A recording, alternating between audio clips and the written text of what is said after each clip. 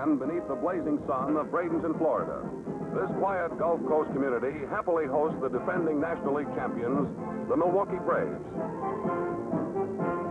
The banquet bulges built up on the rubber chicken and hot stove circuits soon melt away as strenuous conditioning prepares the Braves for their pennant pursuit. There's no place for prima donnas as the rawest rookie is put through his paces beside players of established stardom. Hustle is the Braves' byword. And how's this for activity? Interested observers at all workouts are Milwaukee's new front office masterminds, General Manager John McHale and Executive Vice President George Bertie Tebbetts. The shoes of Red Shandings, sidelined by tuberculosis, must be filled. For Braves brass, this poses a major problem. Candidates for the job include Casey Wise, rookie farm product Chuck Collier, smooth fielding utility man Felix Mantilla, and Wichita graduate Joe Coffey. The lumber pile presents the wherewithal for ball players to take their licks in the batting cage. And for Henry Aaron, this literally is home base.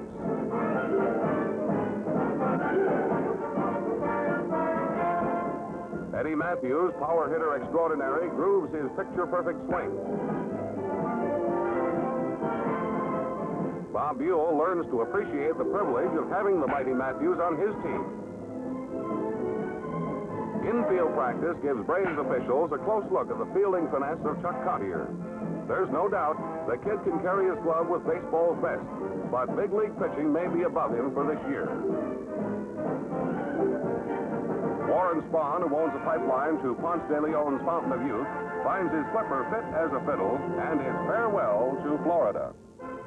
Pittsburgh's Honus Wagner, a baseball Hall of Famer, plus Forbes Field filling with fans, indicates opening day. Bob Friend and Warren Spahn, both 22-game winners in '58, will be first in the firing line for '59. David Lawrence, governor of Pennsylvania, along with managers Fred Haney and Danny Murtaugh, enjoy the preseason excitement that accompanies the inaugural. Second-place finishers last season, the Pirates placed the Jolly Roger early as Dick Stewart's cross-country smash falls beyond Bruton. Bill Mazeroski motors to the far turn while Forbes Field rings with approval. The crafty Spahn comes up with a curling curve that handcuffs Bill Verdon. It's Warren's ability to get the big out that has made him the winningest left-hander in National League history. In the sixth inning, a leadoff single by Bill Bruton gives the Braves life, and with Matthews at bat, hopes are high. Friend flings, Matthews swings, and Milwaukee sings as Eddie's first home run of the season gives the Braves a 2-run lead.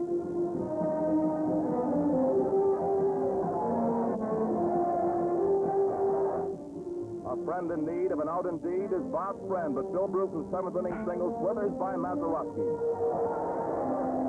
Johnny Logan tabs run number 3. Felix Mantilla makes the score 4 as the bat-happy Braves pour on the power. Warren Spahn works his way out of a seventh inning uprising, but not without the aid of bullet Bill Bruton, who hauls in the Pirate bid for extra bases.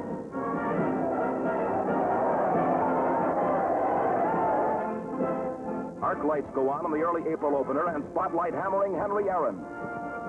Henry hits a shot to left that hugs the line for a double. Coyle at the plate is a menacing figure of Wes Covington. Mazeroski makes a great play and fires the pitcher Don Gross. The umpire renders the safe sign, and this precipitates the season's first rhubarb. Danny Murtaugh makes it known that he, too, is slightly suspect of the ump's vision. Rhubarbs add spice to our national pastime, but justice is served, and the man in blue has the final word. Del Crandall continues the cannonading of a parade of Pirate pitchers. Burden has 2 shots at this ball but misses both. Before the dust is settled, the Braves circle the bases while building a bulging 8-run pad. With a lead such as this, Spahn is money in the bank. Harry Bright is gunned down by Ed Matthews, and Spahny's whitewash win successfully launches Milwaukee on its bid for a 3rd consecutive National League championship. Despite a disappointing finish, Pirate fans were able to cheer their fantastic relief specialist, Elroy Pace. From these fingers came the famous forkball, which rang up an 18-1 record, the big league's best for the fabulous fireman Elroy Fakes. Harvey Haddix hurled himself into the Hall of Fame with the greatest pitching performance in history. After 12 perfect innings, Harvey lost to the Braves on Joe Adcock's 13th inning double. Milwaukee's modern county stadium, silhouetted against the summer sun, provides a roosting place for the colorful St. Louis Cardinals, whose Kenny Boyer heads a star-studded roster. Cardinal power is provided by versatile Joe Cunningham, runner-up for the National League Batting Championship. While on the subject of hitting honors, who is more qualified to speak than Stan the Man Musial and Henry Aaron? Henry's star is still rising, and he looms as the heir apparent to the batting crown of seven-time titleist Stan Musial, now in the twilight of his illustrious career. The king of the Cardinal pitching corps, Vinegar Ben Mizell, finds rugged going as veteran Andy Pafko rocks him for a double. The popular Pafko will be back with the Braves as a coach in 1960. Vinegar tries to bend one by Henry Aaron. Mizell's curve ends up in the right field grandstand as Aaron's power paces Milwaukee to a two-run lead.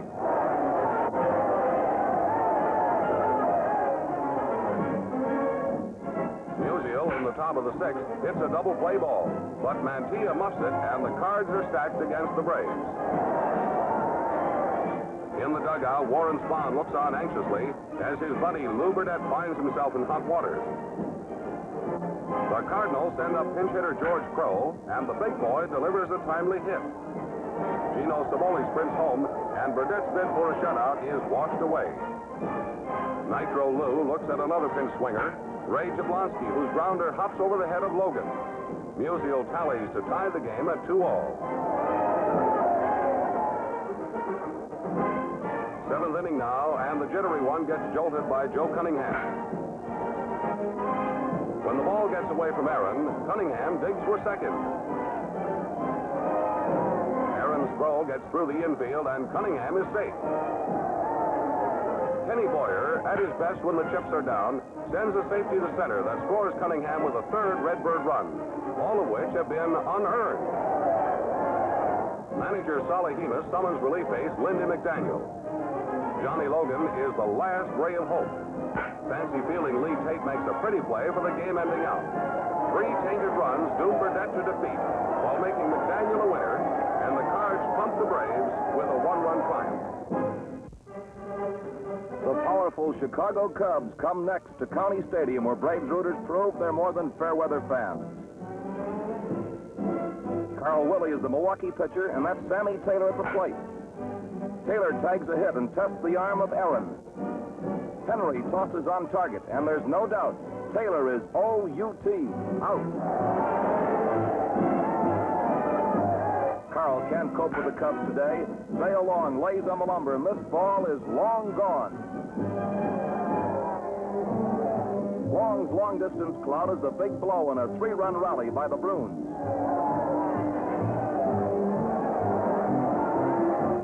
Skipper Fred Haney decides that Willie has had it, and the hurry-up call to the bullpen is answered by Joey J.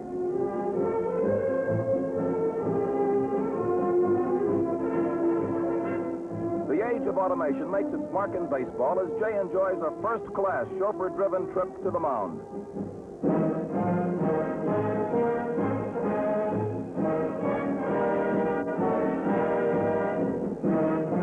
Braves fans, their heroes 4 runs in the rear, have had little to cheer, and after Ernie Banks, the National League's most valuable player for an unprecedented second straight season, hits one out, things look dark indeed. Banks boomed 45 home runs, and his near-flawless fielding created a new record for senior circuit shortstops. Young Glenn Hobby has his high hard one humming, but Johnny Logan knocks Hobby off his horse with a homer. Logan's effort averts a shutout, but Hobby's 6-hit pitching plus plenty of Cub power buries the Braves beneath a 7-run avalanche for a key Chicago victory. At the mid-season mark, the Braves find themselves in 3rd place, and Wisconsinites, 40,000 strong, close in on County Stadium as Milwaukee challenges the league-leading Giants. Sam Toothpick Jones is the man most responsible for the success of San Francisco. Sad Sam has made the Giants happy. 19-game winner Johnny Antonelli completes the Giants' best 1-2 pitching punch in years. Supplying punch of another variety is the incomparable Willie Mays, who is always a threat both in the field and at the plate. A tense pitcher's duel unfolds before the big crowd. Lou Burdett begins a rapid-fire double play as he works his way out of an early jam.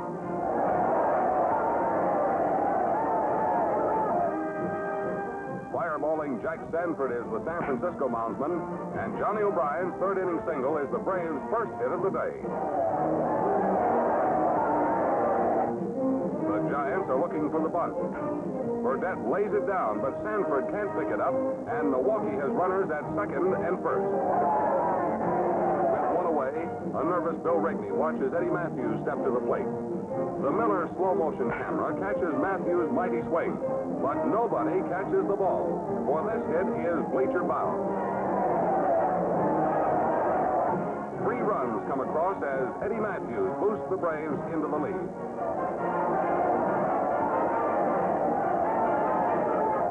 A fourth-inning error puts pressure on Burdett, but Lou comes through as Mays grounds to Matthews, and around the horn it goes for a big double play.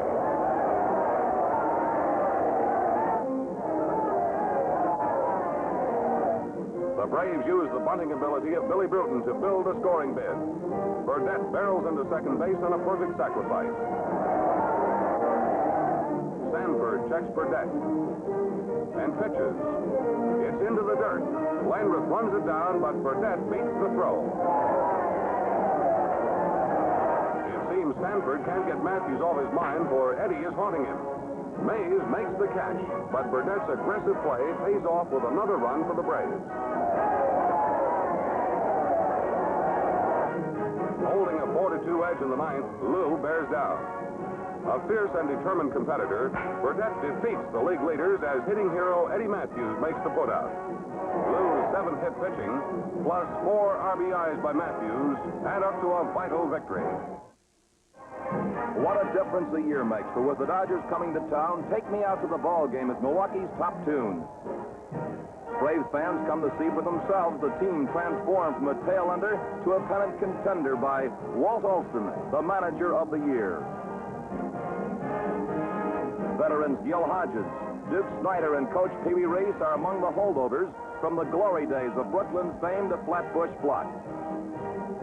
Since fleeing Ebbets Field, Charlie Neal has become just about the best second baseman in the business. The switch from St. Louis to Los Angeles made Wally Moon the brightest light in the Dodger lineup. Debonair Don Drysdale, a part-time Hollywood performer, and a full-time Dodger pitcher, bulwarks the Bums Mound Brigade.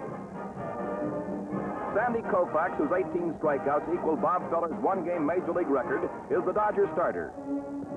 Aaron clubs a Koufax curve over the head of Duke Snyder.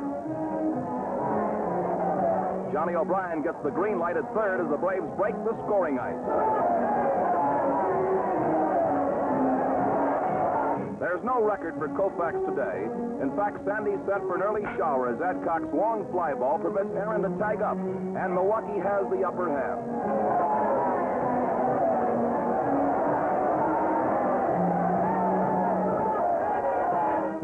Willie has a no-hitter working, but Charlie Neal knocks Willie's dreams of diamond glory to kingdom come with a 4-base belt and the Bums are on the board.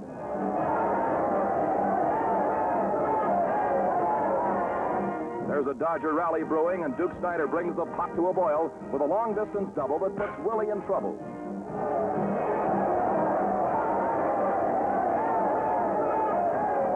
The hitter is Hodges, and the Dodgers are hot. Gill's safety sends Snyder puffing toward the plate as Los Angeles narrows Milwaukee's lead. Rookie Don Demeter, charter member of the Dodger youth movement, delivers the KO blow.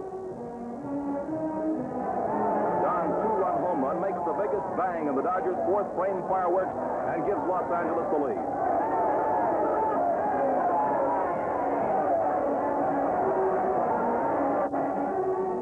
Aaron's whiplash wrists and whine against the Don Drysdale bullet, and it's bye-bye baseball. When Henry hits them, they stay hit. Drysdale recovers from Aaron's blast and begins to mow down the Braves. Joe Adcock is victim number 1. Los Angeles set a league strikeout record, and Drysdale led the way. Don makes Bruton victim number 2. The side-arming right-hander plods the fastball past victim number 3, Frank Torrey. Drysdale proves a fine fireman as the relief pitching frustrates the Braves and sends the Dodgers home happy.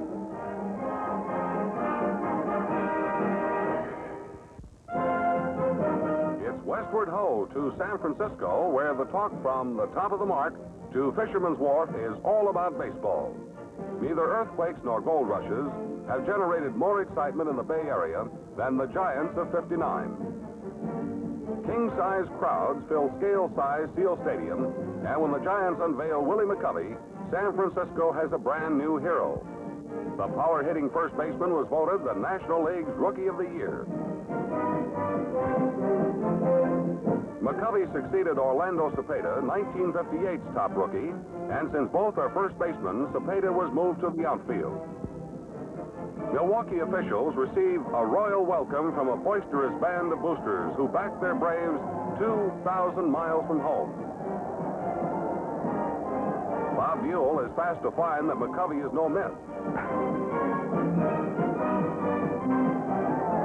Wallops one into the seats, and quick as a wink, the Giants have taken the lead.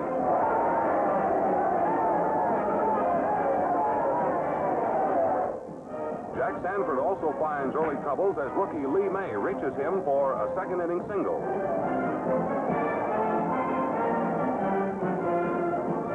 Johnny Logan laces a safety to left, and the Braves have 2 runners on base. Sanford is being banged around, and Bruton keeps the ball rolling with a base knock that sends May home with the tying run. A big Brave rally is dipped in the bud. Crandall's smash is scooped up by Davenport. Logan bowls over Landreth, but Johnny's a dead duck. Bruton is safe at second, but the rally dies right here.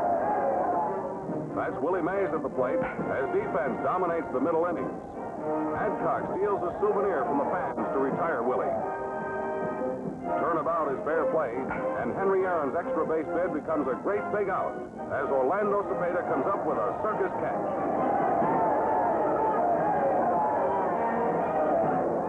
With 2 out in the 8th, Bob Buell serves up a single to Jim Davenport.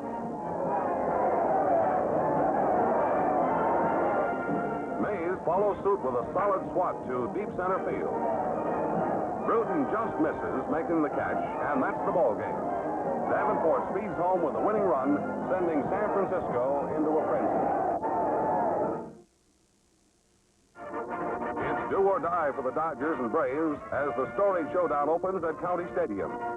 A tense tie moves into the 6th inning, and Carl Willie pitches. Johnny Roseboro connects, and there it goes, well up into the bleachers. Roseboro's homer snaps the stalemate and gives the Dodgers a 3-2 victory, plus the playoff lead. The scene shifts to Los Angeles, where much maligned Memorial Coliseum, called everything but a baseball park, is the center of attraction. Los Angeles leads with his ace, Don Drysdale, but the big right-hander is wild, and he walks Matthews in the first frame. Drysdale doesn't look long for this game as Aaron pulls one off the famous screen and digs for a double. Henry hooks in ahead of the throw, and Milwaukee, with Aaron on second and Matthews at third, has a golden opportunity. Dodger hopes dim when Frank Torrey singles through the drawn-up infield to drive in a pair of runs, and Milwaukee leads 2-0.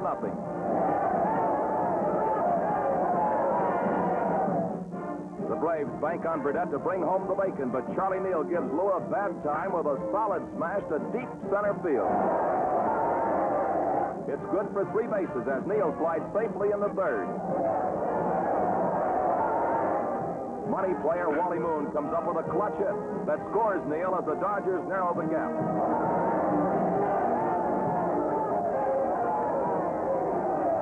Johnny Logan, with a second-inning single, gives the Braves another chance to cheer.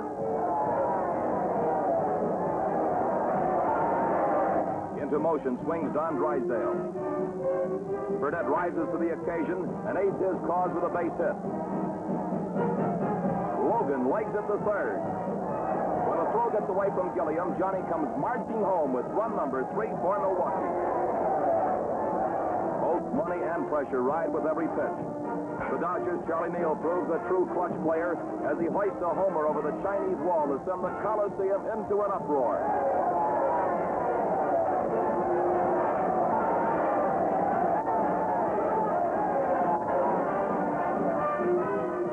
Neal's brilliance is matched by Milwaukee's Matthews, whose line drive home run, his 46th of the season, gives Eddie the Major League championship and Milwaukee a 4-2 lead.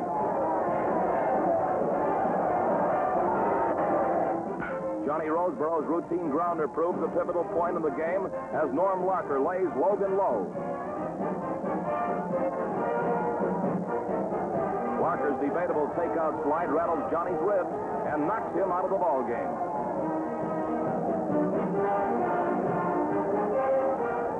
A ninth-inning Dodger comeback reaches a climax when Warren Spahn is wrapped by Carl Furillo for a sacrifice fly. Gil Hodges comes in with a tying run, and the Dodgers are anything but dead.